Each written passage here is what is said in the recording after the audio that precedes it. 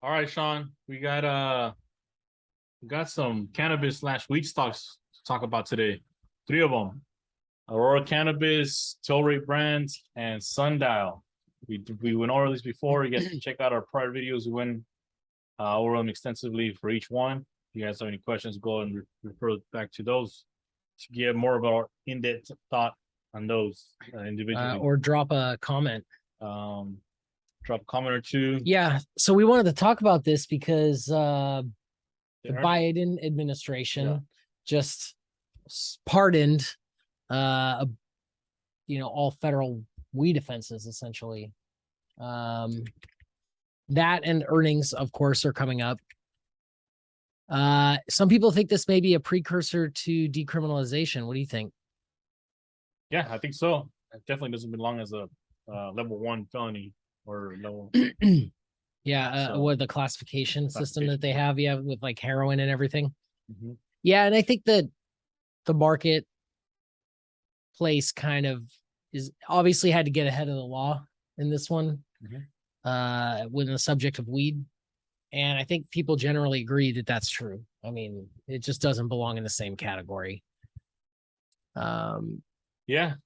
So What have we seen on Tilray with their it missed earnings, of course. And it's just like it.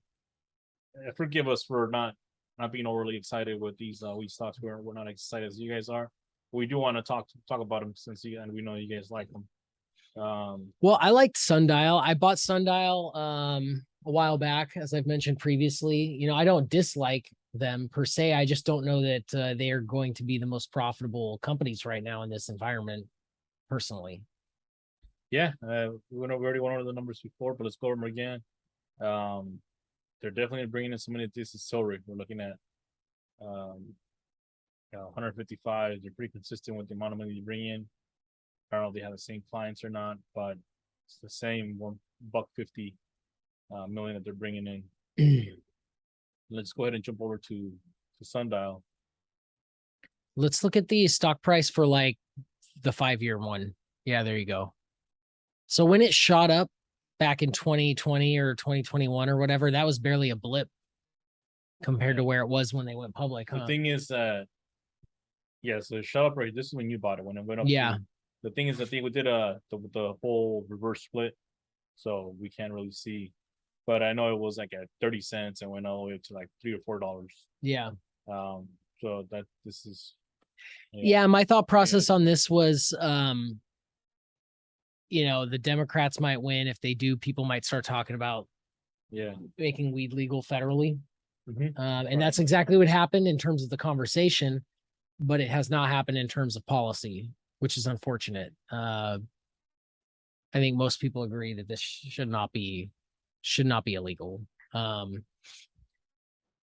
these weed stocks stand to benefit when the law finally catches up with everyone else. Yeah, they do.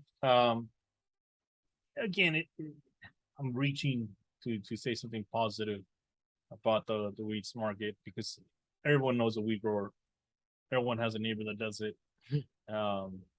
It's just so the barrier of entry is so small. Anybody can grow weed in California. And I know a lot of conservative states in the States, including like Oklahoma, like they don't really care. They turn a blind eye. So the barrier entry is just so, and everybody has the best weed, right? Nobody, oh yeah, my weed's not good. Everyone has the best weed ever. Like to quote Cat Williams, yeah, every weed always gets better. So, well, I had a thought too. Someone brought up last time that these are all Canadian companies, which we're obviously aware of. But the United States is a huge trading partner with Canada, and they're listed in the United States on our exchanges, and they stand to benefit greatly if the United States decriminalizes. So we're aware that these are Canadian companies. It's illegal federally, so in the United States. So we know that. But we're hoping that this will bring about a change in terms of policy, but I don't know how much it'll bring about a change in terms of bottom line for these companies. I guess that's my thinking. I would like to see it change in the US. But frankly, what happened in California might be a little bit of a precursor to what might happen nationally in the US. Everyone thought weed was the next big thing. The farming blew up. Everyone started industrially farming weed. There's weed everywhere. And they came out with all these products. And basically, the selling point to get it legal was that they could tax it a lot and get the revenue from that. And basically, now all these weed companies are being put out of business and farmers, because there's too much supply. People overshot the mark, produced too much, and B, they're being taxed to death. And so now they're working on fixing that. I don't know if that's going to get better. I'm curious. It's like a whole brand new marketplace, and it has to shake out a lot of the problems to become sustainable. I don't know. What do you think? Yeah, I think it's gonna be equivalent. I think it'll be similar to the beer companies. And if you look at any beer stock, it's not attractive at all. They make money, they spend money, they make money, they spend money, and it's all like marketing. All the money goes towards advertising. So yeah, eventually we might see some weed spawners. Tilray, bought you by Tilray, you know, they brought the sponsorship for basketball or whatever. So we're gonna see that happening. But does that mean that what we're here for is to make money in the stocks, not push the product and be okay with that? Like, no. And to have it totally eat out of the bottom line, and we get nothing. We get nothing out of it as investors. Yeah, that's not ideal. And you're right, they are going to be pushing it. A lot of marketing, and there's a lot of competition, as I was alluding to earlier. It's kind of a saturated market, I think. At least in California, that was sort of what happened. Yeah, and it's just going to kill the bottom line of all of them. We have these warehouses all over California. Too many that they can enforce, that are growing the best weed ever. So I don't know how. Well, I don't know what Tilray's plan and Aurora and Sundial's plan is to counter that. Maybe they're teaming up with them. Maybe I don't know. Well, I think we saw with Sundial in particular a shrewd move when they purchased the largest alcohol producer in Canada, and that was obviously a really good idea. And it's not just because alcohol is somehow superior to weed. It's just diversifying your business like you would your portfolio is a smart idea. And frankly, I did say this last time too, that in a recession, one of the businesses that gets better is alcohol sales. And I mean, that's sad but true. So diversifying, I think you're going to see better performance out of Sundial just because of the strategy they're implementing. No offense to you cannabis smokers or eaters, or I don't know whatever you guys are doing with the cannabis. No offense to you guys, because you were just talking, we were just saying.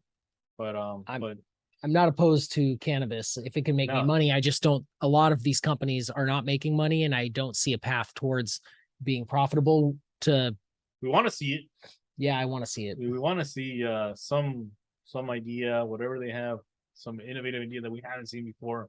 But we're looking at edibles, we're looking at vape pens. Like, come on, let's get our thoughts together. Let's smoke a little bit. And let's figure that out. But yeah, they're like, we've seen these before. We've seen all these products. What's the difference? And if you guys know what the difference is, let us know. Well, that's the thing, is the product differentiation is going to be tough.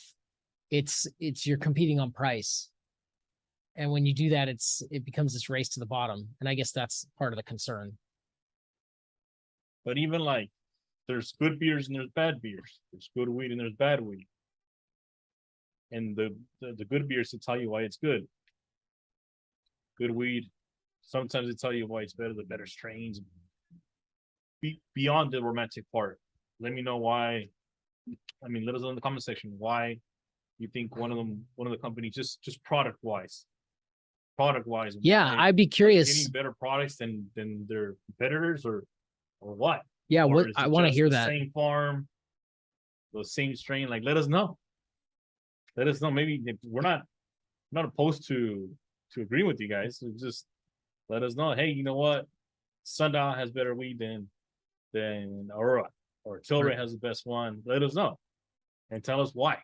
Yeah, I'd be curious to your input. But also, it's just tough. Like you invest money to make money, and in a tough market like this, I don't see people making money on this. I think Sundial has the best strategy of diversifying. And they might have the most resiliency as a result of that. Yeah. But even like little cafes, like, hey, you know what? They got licenses to start cafes where they can sell you a joint and sell you a cheeseburger. Like, do they have that access to that, or is that the route? Let us know. yeah,